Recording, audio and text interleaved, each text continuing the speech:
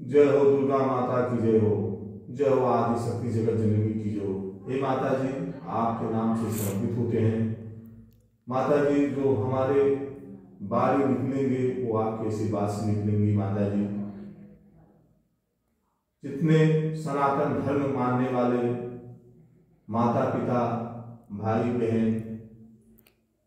हमारे मित्र जो हैं सब लोग, सभी के बीच में जय माता दी बोलते हैं। हम जब पूजा करते हैं तो 3 किस्म का ध्यान लगता है, कंट्रोल पाना पड़ता है 3 चीज पर। पहले क्या है, जो हमारे नयन हैं इनको हम पहले दुर्गा जी के रूप में देख लेते हैं, दुर्गा जी बना देते हैं। दुर्गा जी के रूप में इनको जहां हमारा नयन पड़ता है उस आकार को हम दुर्गा जी के रूप में देखते हैं। उसके बाद मन की जो एक सोच होती है, मन को भी दुर्गा जी बना लेते हैं। उसके बाद दिमाग में जो चलता है, उसके बाद दिमाग पर हम ओम बना लेते हैं, या दिमाग जहां जहां जाता है सभी को मतलब दुर्गा जी के रूप में कर देते हैं। ऐसे करते हुए हम ध्यान लगाते हैं, तब जाकर 20 से 25 सेकेंड लगभग 1 मिनट जाकर माता जी के रूप पर दृष्टि और जितने इंद्रिय हैं सब जाकर तब कंट्रोल हो जाती हैं। तो लगभग जाकर 20 से 25 मिनट ऐसे लगता है कि दुर्गा जी का साक्षात दर्शन हो गया। पूजा करते समय नैन जो है, नैन को ही अगर हम लोग दुर्गा जी बना ले, उसके बाद जो हमारे मस्तिष्क हैं जहां पर जाते हैं, जैसे कि पूजा करने के वक्त पर अगर हम लोग पूजा कर रहे हैं हाथ जोड़कर, तो हम अगर आंख मूंद लिए तो हम भी मतलब ध्यान लगाते हैं तो इधर उधर भी जा सकता है। तो जहां पर जा रहा है वहीं पर दुर्गा जी बनाइए। उसके बाद जो सोच बनता है, सोच भी अचेतन मन है, जो सोच बनता है मन जो है, वो मन को ही उसको मन को भी दुर्गा जी बनाना पड़ता है। अगर आप 3 पहला क्या, अगर आप नैन जो अपाना है, जो आंख है, अगर इसको आप कंट्रोल कर दुर्गा जी बनाते हैं तो एक विधि वहां पर कंट्रोल हो जाएगी, आपका नैन कंट्रोल हो जाएगा। और जो मन है, मन को भी दुर्गा जी बनाना पड़ेगा। और जो सोच है हमारा, जो हम सोचते हैं, जो सोचते हैं, जैसे कि एक चीज क्या है, जैसे हम बताते हैं ऋषि माता जी के ऐसी बात से,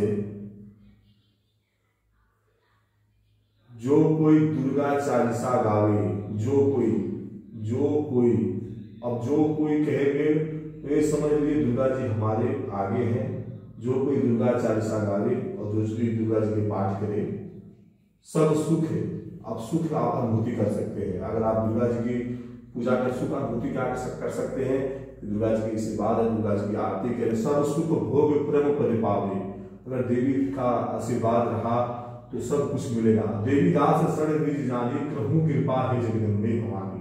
तो इसका तात्पर्य क्या है कि हमारे जो इंद्रिय है वो अपने बस में करना पड़ता है। जब हमारे इंद्रिय बस में हो जाती हैं तो जाकर हमें अपने मन के भीतर ही अचेतन मन जो है वहीं पर हमें दर्शन मिल जाती है माँ दुर्गा जगत जननी को। इतना सरल भी नहीं है, 20 से 25-30 सेकंड उनको ध्यान लगाकर देखना ही बहुत परिश्रम करना पड़ता है। आज हम जिस मतलब जगह पर बैठे हैं, हमारे लिए ये दुनिया का सबसे बड़ा मंदिर है और माता दुर्गा मेरे लिए सबसे बड़ा भगवान है। आज जो हम बोल रहे हैं ये माता जी के आशीर्वाद से बोल रहे हैं। अगर समझे तो स्वयं माता जी का बाणी ही आप सबको सुनने के मौका मिल रहे हैं। धर्म और सत्य और ईमानदारी से जो हमने बता रहे हैं, ये सब माता जी का दिया हुआ आशीर्वाद है। तो दुर्गा जी की पूजा करते वक्त पर अगर आप मान लो देवी चालीसा पढ़ रहे हैं तो नमो नमो दुर्गा, नमो नमो दुर्गा सुखकर्मी, नमो नमो दुर्गा दुख हरमी, तो आप दुर्गा जी को ही आगे रखिए और दुर्गा जी दुख हरेंगी। मतलब उसी के भाव में आप अपने आप को मतलब प्रस्तुत कीजिए, तो आपका ध्यान जाकर लगेगा। ऐसी विधि है कि कनेक्ट हो जाता है, ऊर्जा, ये सकारात्मक ऊर्जा जो है कनेक्ट हो जाता है। ये हमारी जो ऊर्जा है, सकारात्मक जो ऊर्जा है कनेक्ट हो जाता है। हम दुर्गा जी की पूजा करते हैं क्योंकि दुर्गा जी में कोई ऐसे अवगुण नहीं है, कोई अवगुण ही नहीं है माता रानी में। तो अगर माता रानी में कोई अवगुण नहीं है तो उनका चरण जो पूजेगा उसके अंदर भी जो अवगुण होते हैं वो नष्ट हो जाते हैं। गुण ही गुण है माता जी में, सत्य गुणवान है, सत्यवान है देवी, मतलब धार्मिक देवता है, सत्यवादी देवता है दुर्गा। इसीलिए जो दुर्गा जी को शरण पूछता है उसका वो सत्य गुणवान हो जाता है और वैकुंठ धाम में पधारता है। आज आप सबको एक बात और बताएंगे हम, नर्क, स्वर्ग और वैकुंठ धाम। नर्क जो गलत काम करते हैं, आचरण में रहते हैं, जो मतलब माया प्रेम इज्जत सम्मान सभी को मतलब न समझते हुए अपने राक्षसी प्रवृत्ति से सब गलत काम जो करते हैं, परिवार के हित में नहीं करते हैं, समाज के हित में नहीं करते, देश के हित में नहीं करते हैं, भगवान के अहित में नहीं करते हैं, जो मतलब सभी से मतलब दोषकृत हो जाते हैं, उनको नर्क में, इसी नर्क में भोगना पड़ता है। जो जैसा कर्म करेगा यहीं पर भोगना पड़ेगा।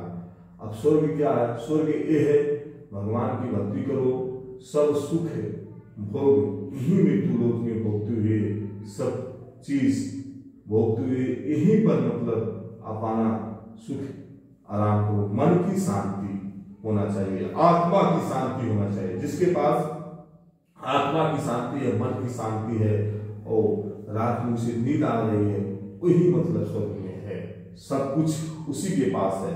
और वैकुंठ धाम जो इस मृत्यु लोक में जन्म लेकर, जो इस मृत्यु लोक में जन्म लेकर कोई महान कार्य करता है और दुनिया उसके पीछे निकलती है, और जब वो उसका जीवन इस संसार में नहीं रहता तो उसका मूर्ति बनाकर पूजा जाता है, वही वैकुंठ धाम है।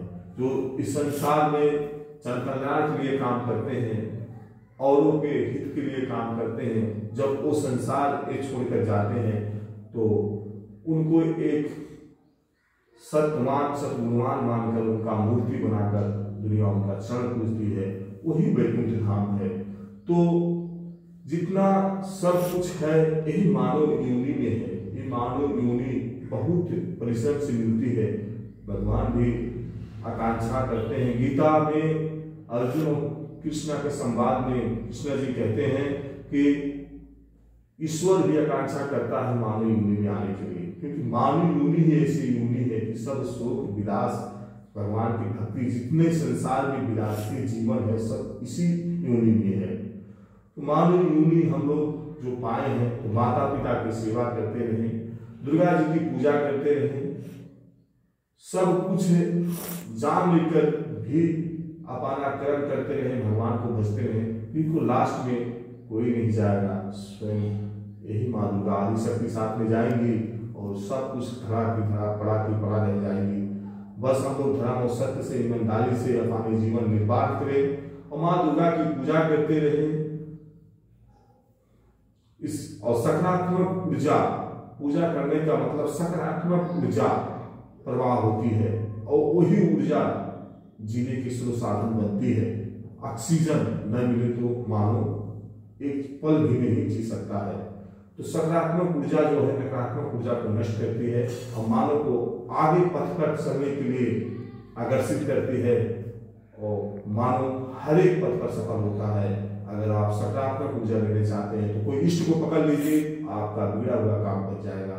ये माता जी की ऐसी बात है और इसको आप अपने घर में ही कर सकते हैं। बोलो दुर्गा माता की जय, बोलो जगत जननी की जय, बोलो माता पिता की जय। ओ